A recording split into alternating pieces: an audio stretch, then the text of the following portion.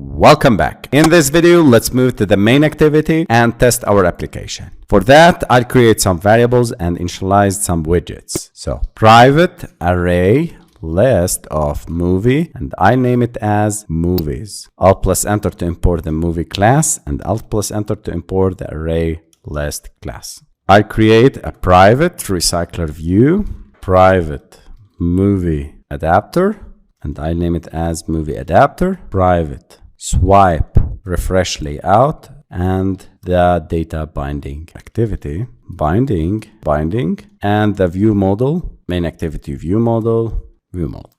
Let's initialize them here in the onCreate method. Binding equal to data binding util.setContentView to this as a first parameter, and r.layout.activity main, the second parameter. Now the view model equal to new view model provider. I'm initializing it, passing this at the first parameter, which is the owner, and get, which is the main activity ViewModel.class. This code provides an instance of the main activity ViewModel using the ViewModel provider in the Android activity. The ViewModel provider is a class provided by the Android architecture components for managing ViewModel instances. It's used to create and retrieve ViewModel instances associated with a specific lifecycle scope, such as an activity or fragment. And this, in this constructor of the ViewModel provider, refers to the current Android component and typically an Android activity or fragment. And this refers to the main activity that is creating or retrieving the ViewModel instance. The ViewModel's lifecycle scope is tied to its component, so it's tied to the main activity lifecycle.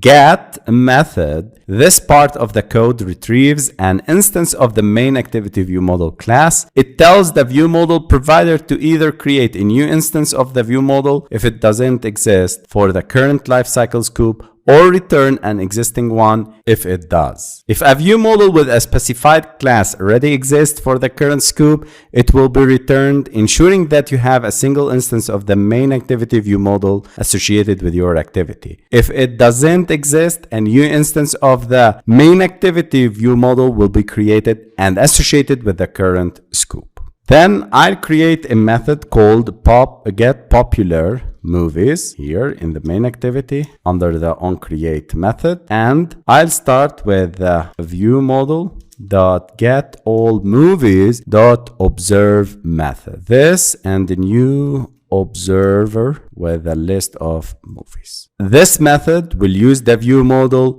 to observe changes in a list of movies that are fetched using the getAllMovies method from the main activity ViewModel. So this is apart from the ViewModel. Observe method, this line set up an observer for the live data. So this method is used to observe changes in the live data. The first argument, this, is the lifecycle owner to which the observer should be bound. In Android, activities and fragments are typical lifecycle owners. And this refers to the main activity, which is an activity, and the owner of this lifecycle. The new observer and list of movie, this creates an anonymous inner class that implements the observer interface for the list of movies. The onChanged method inside the observer will be called whenever the list of movies change. OnChanged method, this is a callback method that gets executed when the live data containing the list of movies changes.